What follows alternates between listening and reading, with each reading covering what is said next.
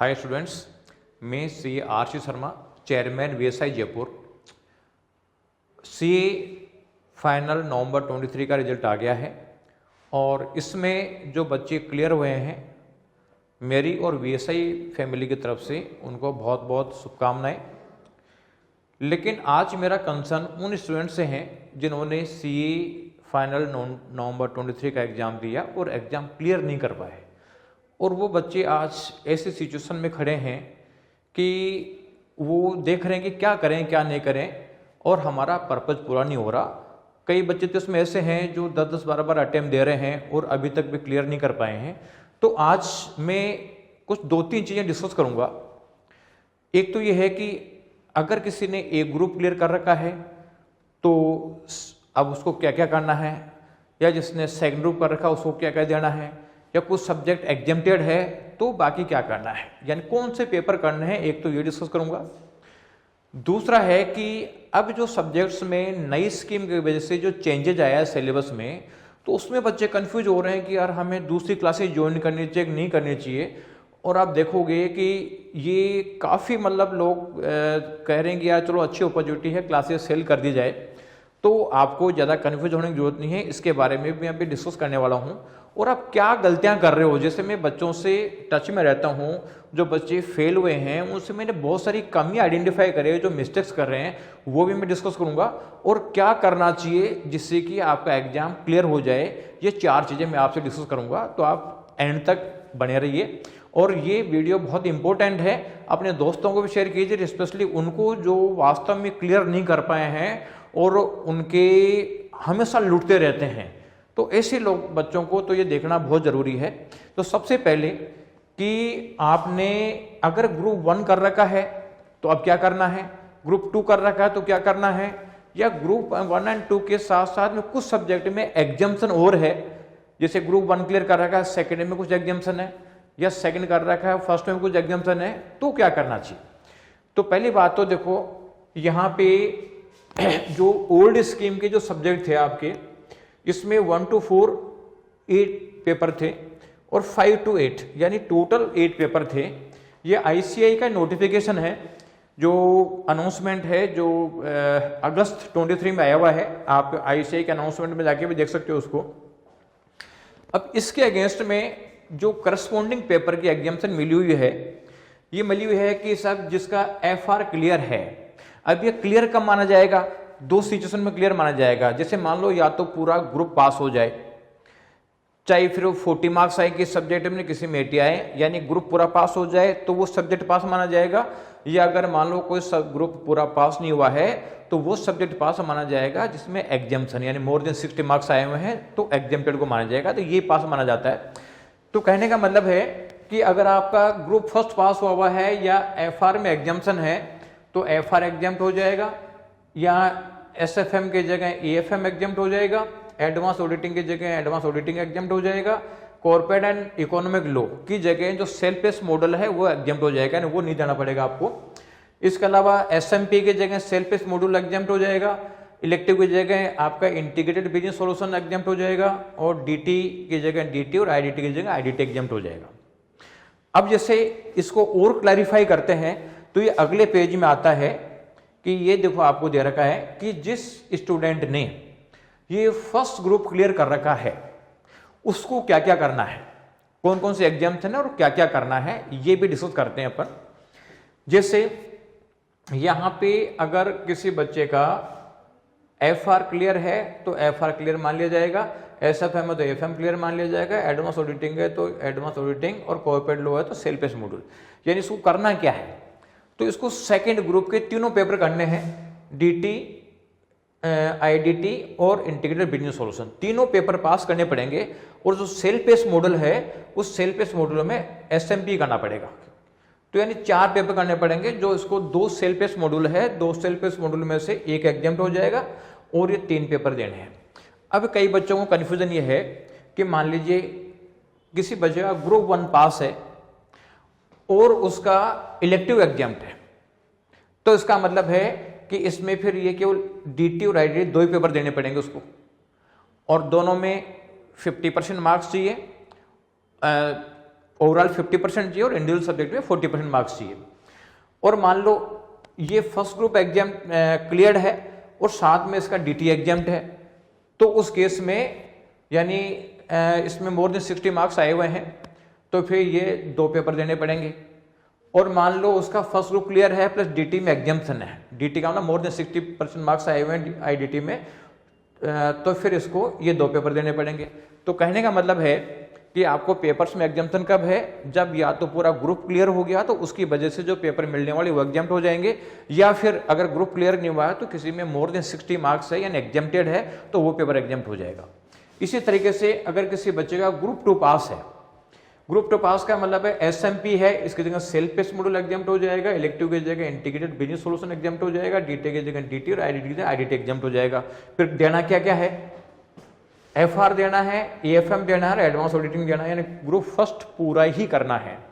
और साथ में सेल्फ पेस का जो है लो क्लियर हो गया, तो अब इसको जो SMP एग्जाम्प्ट हो गया और आपको केवल कॉर्पोरेट लो देना है सेल्फ पेस में।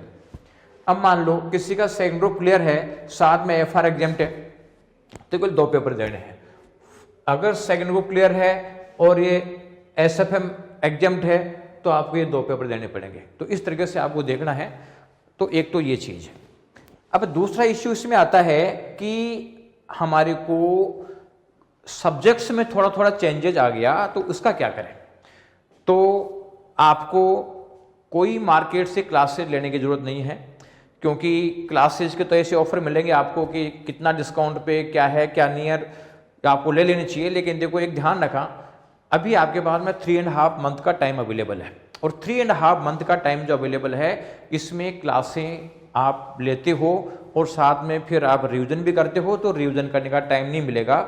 इसलिए आपको करना क्या है, आपको करना यह है कि जैसे मान लीजिए आपके मार्क्स आपने एक ग्रुप दिया, और एक ग्रुप देने के बाद में अगर आपके मार्क्स मान लीजिए 200 चाहिए, लेकिन मान लो 150 एंड अबोव है, तो इसका मतलब है कि आपको May 24 का एग्जाम देना चाहिए। और बहुत ग्रुप दिया, और बहुत ग्रुप देकर मान लो अराउंड 350 एंड अबोव मार्क्स हैं, तो आपको ये अटेम्प्ट देना चाहिए। अगर इससे कम है, इसका मतलब आपके सब्जेक्ट रेडी नहीं है, इसलिए आपको फिर क्लासेस लेकर आगे प्रिपरेशन करनी चाहिए। लेकिन अगर मान लो सिंगल ग्रुप देकर 150 अबोव हो या बहुत ग्रुप देकर 350 अबोव हो, तो उसको कोई क्लासेस लेने की जरूरत नहीं है। उस बचे हुए टाइम को वो बार बार रिवाइज करने में लगाए तो उसको ज्यादा बेनिफिट मिलेगा। और अगर कोई बच्चे का सब्जेक्ट कम है तो बेटर है कि एक अटेम्प्ट ड्रॉप करके May 24 देने के बजाय वो अपने कोर्स पूरा करे पहले, और उसके बाद में November 24 का एग्जाम दे। क्योंकि केवल क्लासों से पास नहीं होते हैं, रिवीजन अगर जितनी बार करोगे उतना सब्जेक्ट स्ट्रॉन्ग होता जाता है और उसी से पास होते हैं। अदरवाइज बच्चों को ये 3 महीने का लोभ होता है, वो बहुत खराब होता है, वो छोड़ नहीं पाता और उसकी वजह से 10 ईयर्स निकल जाते हैं और फिर बाद में CA छोड़नी पड़ती है। तो ये गलती कभी मत करना। अब देखो रही बात कि आपका नई स्कीम में कोर्स चेंज है क्या, आपको बताऊं मैं कि जैसे आपका नई स्कीम का जो FR है, नई स्कीम के FR में कोई चेंजेस नहीं है। जो पुरानी स्कीम का FR है वो नई स्कीम का FR है, कल 2 चैप्टर थ्योरी के ऐड हुए हैं, वो पढ़ो तो पढ़ो, नहीं पढ़ो तो कोई दिक्कत नहीं है, यानी आप उसको छोड़ सकते हो। AFM है, SFM का पूरा सिलेबस वही है, केवल चैप्टर नंबर 3 ऐड हुआ है, यानी एडवांस कैपिटल बस्टिंग, और वो बिल्कुल सिंपल चैप्टर है। उसकी क्लासेज आपको कहीं भी मिल जाएगी, या आप बिना क्लास लिए भी अगर खुद देखोगे तो आराम से हो जाएगा।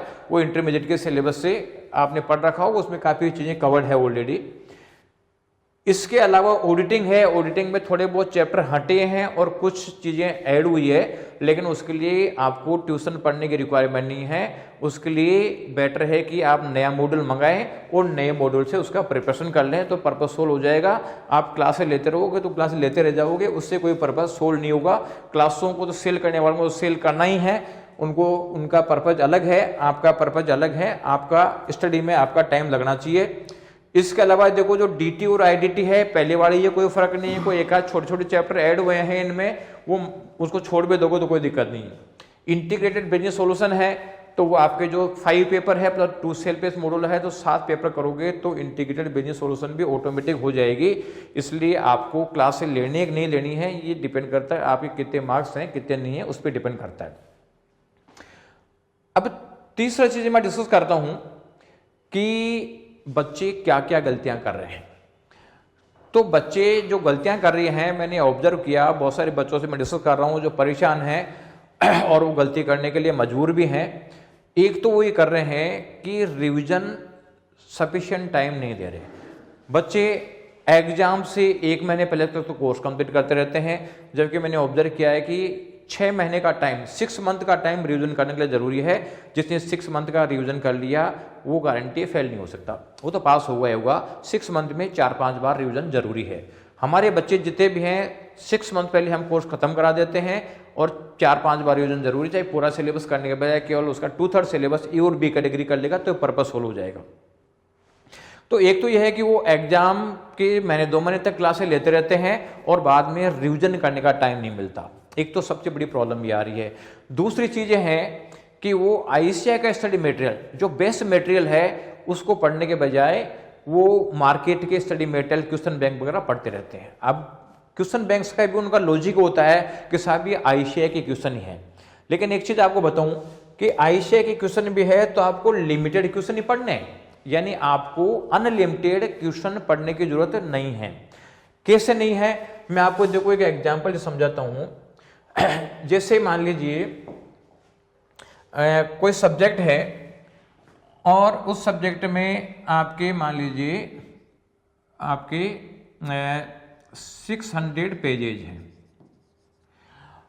और उसमें जो क्वेश्चन दे रखे हैं, मान लीजिए प्रैक्टिकल सब्जेक्ट है या कोई थ्योरेटिकल है। अब ये तो बेसिक पेजेज थे एसएम के। अब ये जो क्वेश्चन बैंक वगैरह बनाते हैं लोग बाग, ये क्या करते हैं कि पास्ट एग्जाम की आरटीपी, पास्ट एग्जाम के सजेस्टेड्स, आरटीपी, एमटीओ सजेस्टेड बहुत बार मैटर इकट्ठा करके पता चलता है कि साहब ये 600 पेज और ऐड कर दिए, तो टोटल 1200 पेजेज हो गए। अब ये जो बेसिक मटेरियल है इसकी कंसेप्ट को ढंग से क्लियर कर लें तो इसका मतलब है कि 90 मार्क्स का पेपर अटेम्प्ट कर सकते हैं। और ये अगर 600 और है तो ज्यादा ज्यादा या मान लो कि 5 to 10 मार्क्स बढ़ सकते हैं। तो कुल मिला के ये 600 पेज पढ़ता और इसको 4-5 बार रिवाइज करता तो इसका मतलब है कि 90 मार्क्स का पेपर तो कम से कम अटेम्प्ट करने की पोजीशन में आ जाता। लेकिन ये मान लो 6 के बजाय 1200 पेजेस पढ़ने पड़ रहे हैं तो वो नंबर ऑफ रिवीजन कम हो जाएंगे।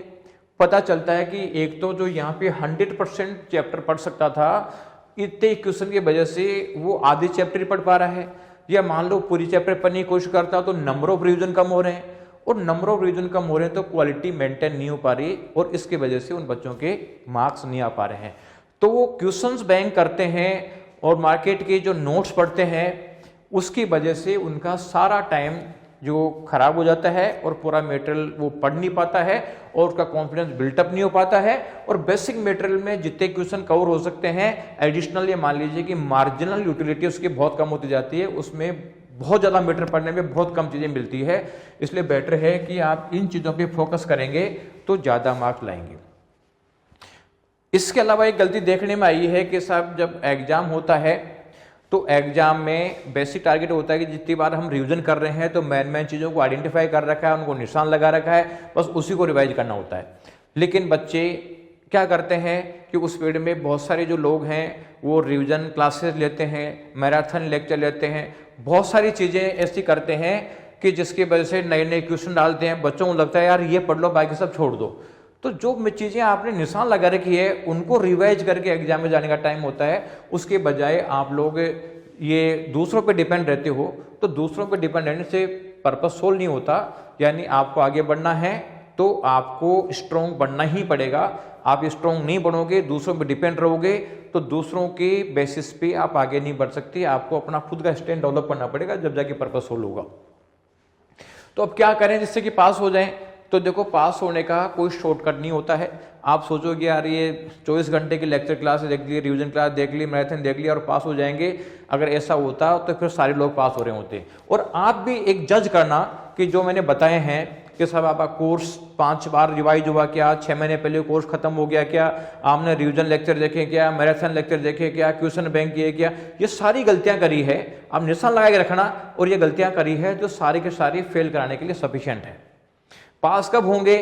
पास होंगे कम से कम 5 बार रिवीजन होना चाहिए। अगर 5 टाइम रिवीजन कर लोगे, केवल आयशा स्टडी मेटल के क्वेश्चन कर लोगे, उन्हीं को कंसेप्ट को ढंग से क्लियर करते हुए समझते हुए कर दोगे और एग्जाम में से पहले आपने मेन चीजों आइडेंटिफाई कर रखी है, मेन चीजों डाउटफुल जो निशान लगा रखा है उन चीजों को करोगे तो आप एग्जाम 100% पास करोगे, इसमें कोई भी डाउट नहीं आएगा।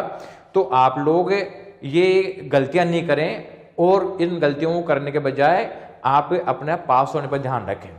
अब रही बात कि जो बच्चे सिस्टमेटिक तैयारी करना चाहते हैं और मान लो जिनके 150 से अबो एक ग्रुप में मार्क्स है या बोथ ग्रुप में 350 से अबो मार्क्स है, उनका शेड्यूल मेंटेन करने के लिए आप कोई मॉक टेस्ट सीरीज ज्वाइन कर सकते हैं जो शेड्यूल्ड बेसिस पे हो और उसमें गाइडेंस मिले। इसके लिए वीएसआई का भी एक प्रोग्राम है, वीएसआई विक्ट्री मेंटरशिप प्रोग्राम, जिसमें हम मॉक टेस्ट सीरीज प्रोवाइड करते हैं, साथ में पर्सनलाइज गाइडेंस होती है कि उस बच्चे को क्या करना चाहिए क्या नहीं करना। हर टेस्ट के बाद में अगले सब्जेक्ट की प्रिपरेशन कैसे होगी उसके लाइव आके समझाता हूँ, बच्चों को डाउट होता है मेरे से पूछ लेता है, उस प्रोग्राम को ज्वाइन कर सकते हैं। क्लासेस लेने की जरूरत नहीं है। अगर मई 24 एग्जाम देते हो और क्लासेस लेने की कोशिश करते हो तो 100% फेल हो, सोचने की जरूरत ही नहीं है। क्लासेस लेते हो तो अटेम्प्ट छोड़ना ही पड़ेगा आपको, ये फोकस कर लो, जब तो पास हो जाओगे। अदरवाइज आप मान लीजिए एक एक अटेम्प्ट निकलता जा रहा है और एक एक अटेम्प्ट के साथ में बच्चे 5-5, 10-10 साल पूरा कर देते हैं, फिर लास्ट में सीए छोड़ देते हैं और दोष देते हैं सीए को, जबकि गलती खुद की होती है। यानी आपको खुद को स्ट्रॉन्ग करना पड़ेगा। तो आप खुद स्ट्रॉन्ग करोगे, जो मैंने बताया उसको फॉलो करोगे तो 100% पास हो जाओगे। अदरवाइज आप अपनी गलतियां आइडेंटिफाई करके दोस्तों को बताओ कि ये गलतियां भी तो नहीं कर रहे हो। जो बच्चे क्लियर नहीं कर पा रहे हैं वो एक ही गलतियां कर रहे हैं, तो उन लोगों से भी आप डिस्कस करो तो जाके आपका पर्पस सोल्व होना है। Thank you.